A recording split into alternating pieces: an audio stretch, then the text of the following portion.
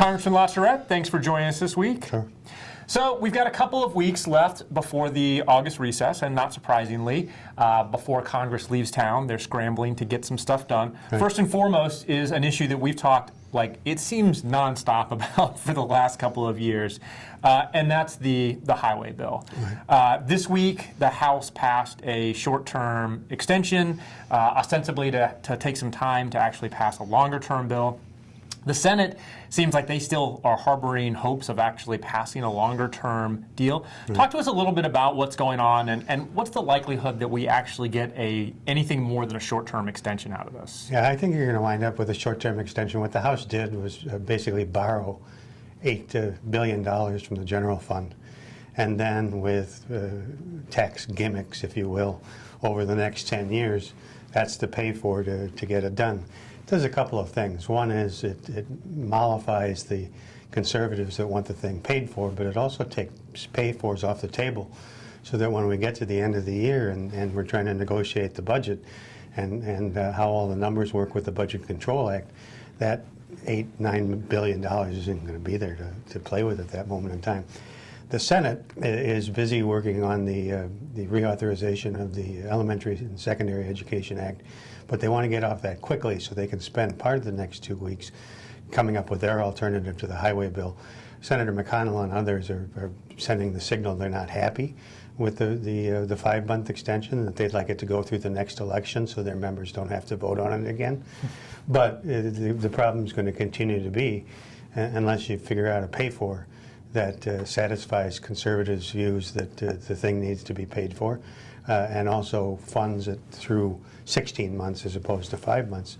I don't know how you get that done. So the betting is that at the end of the day, you're going to wind up with something that looks like the House version before the Senate leaves town for the August recess. Well, complicating things, particularly in the Senate, is a question about whether or not to include an amendment reauthorizing the Export-Import Bank. Right. Opposition to the Export-Import Bank has kind of become a cause celeb among conservatives, and I know that this week there was a press conference. Jim Jordan from the House and Ted Cruz from the Senate, along with Heritage Action, a bunch of other conservative groups, took to the microphones to scream loudly about opposing any effort to include export-import. Right. And Ted Cruz has said he might consider filibustering the transportation bill if it includes export-import reauthorization. Right. Do you think supporters of the bank are going to be able to get it into this transportation extension? I do. I think at the end of the day, you had the Ex-Im Bank charter has expired, and so they're not able to make new loans.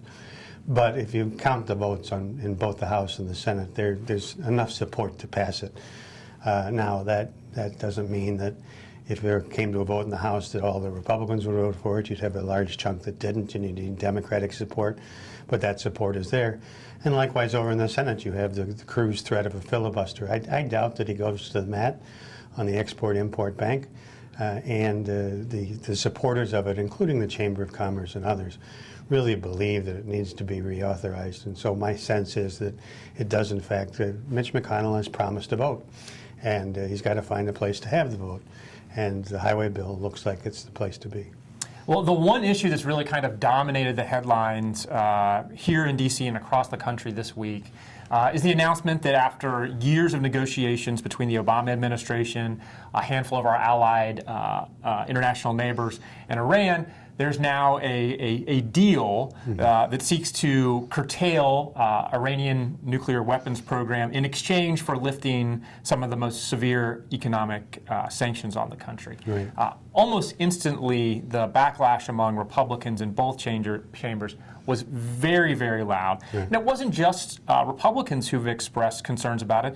There have been a number of Democrats who have also expressed concerns about this deal. The White House has made it clear any effort by the House or Senate to undermine any part of implementation of this deal is going to meet a veto from President Obama. Right. Talk to us a little bit about the dynamics of this, and at the end of the day, is there anything Congress can do to stop this? Well, Congress now has, because the deal was reached after July the 9th, Congress now has 60 days to pass judgment on what was negotiated by Secretary Kerry and his team in Vienna. And you're right, it's every presidential candidate who's spoken, Republican presidential candidate who's spoken on the deal has come out basically against it.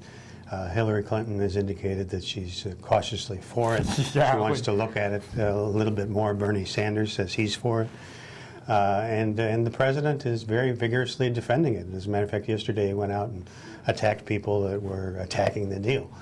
But on top of the partisan stuff in the United States, you have Israel and the Sunni monarchies in the Middle East also don't think it's a good deal as well.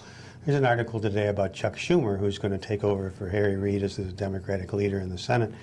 And basically the tough spot that it puts him in, his historic support for Israel versus this deal with a country that not a lot of people trust. And that, at the end of the day, that's really what this comes down to. People do not trust the current regime in Iran to live up to this deal. And once you release the lever of sanctions, which has crippled their economy and brought them to the table, once you release that lever, that you in fact lose leverage and you lose the ability to conform their behavior to international standards.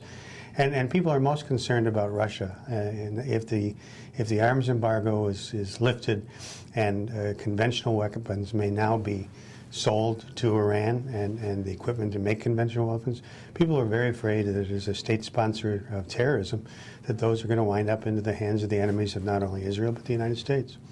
So at the end of the day, do you think there's anything that Congress is going to really be able to do about this? I think that it's not over. And I do think that there'll be an attempt by the Congress to stop this deal. And over the month of August, when people are home in their districts, I think you're going to hear a lot about this from particularly groups like AIPAC and others. And I would be surprised if the Congress doesn't have something to disapprove of this deal. Well, finally, the last thing I wanted to bring up, since the last time that we sat down and talked, we had a pretty amazing moment take place.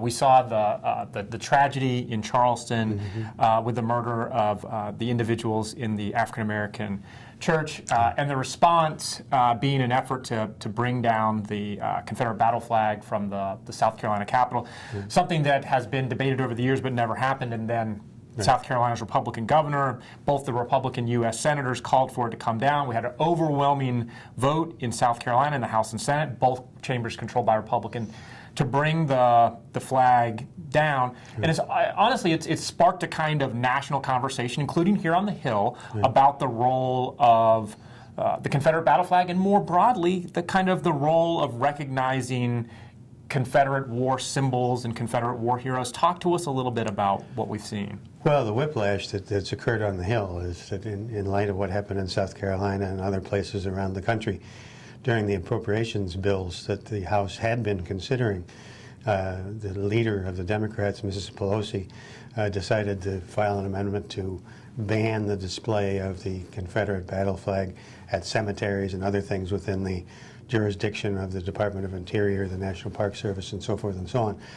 At the request of a number of Southern members, Speaker Boehner instructed the subcommittee cardinal, Ken Calvert of California, to offer an amendment to stop that behavior. And the difficulty is this: with the appropriations bills, people say, well, why don't you just say, well, we're not going to consider those amendments? The difficulty with the appropriations process is these bills come to the floor under an open rule, which means that any member may offer any amendment that's germane to the bill on any subject they want. And so as a result, this has led to a freeze of the appropriations process until the Republicans can have a family discussion on how to deal with this. The Democrats are going to do what they do best, and that is they're going to file amendments attacking the symbol of the Confederate flag. And the further thing is complicated here that I didn't know this until this all happened, but the Confederate battle flag is part of the state of Mississippi state flag. Yeah. And so, the amendment that Mrs. Pelosi had filed would have not only dealt with, the Confederate battle flag, but it would have meant that the Mississippi state flag, a flag from one of our states, couldn't be displayed on the House side of the Capitol. So the Republicans, in my opinion, have themselves in a real box. I think that the mood of the country after the shootings at Church Emmanuel have really, as you say, sparked this conversation. I think that South Carolina, remember South Carolina being the first state to leave the Union at the beginning of the Civil War, that's a powerful statement. And I don't think that Southern members in the House are going to be able to hide behind, don't bring this to a vote. I think there's going to have to be a vote. I don't know if they can get to the August recess. My sense is they probably can. You only have 2 weeks left. But it's something, if they want to complete the appropriations process, that they're going to have to deal with. Well, and do you think that this is kind of an unfortunate kind of turn of events for messaging for the party? I mean, given the fact that it was a Republican governor who first called for it to come down, both the Republican U.S. senators, Republican-controlled House and Senate in South Carolina that finally brought this flag down, that it's kind of, and overwhelmingly Republican presidential candidates calling for the flag to come down. It really kind of throws a monkey wrench in what had been a really great messaging opportunity for the party. No, I agree with you. And if you multiply it with, Donald Trump's observations about Hispanics, then, it really begins to drown out some of the positive messages that some of these Republican candidates have. And people again say, well, that's nice, but it's the Republican Party. They don't like immigrants.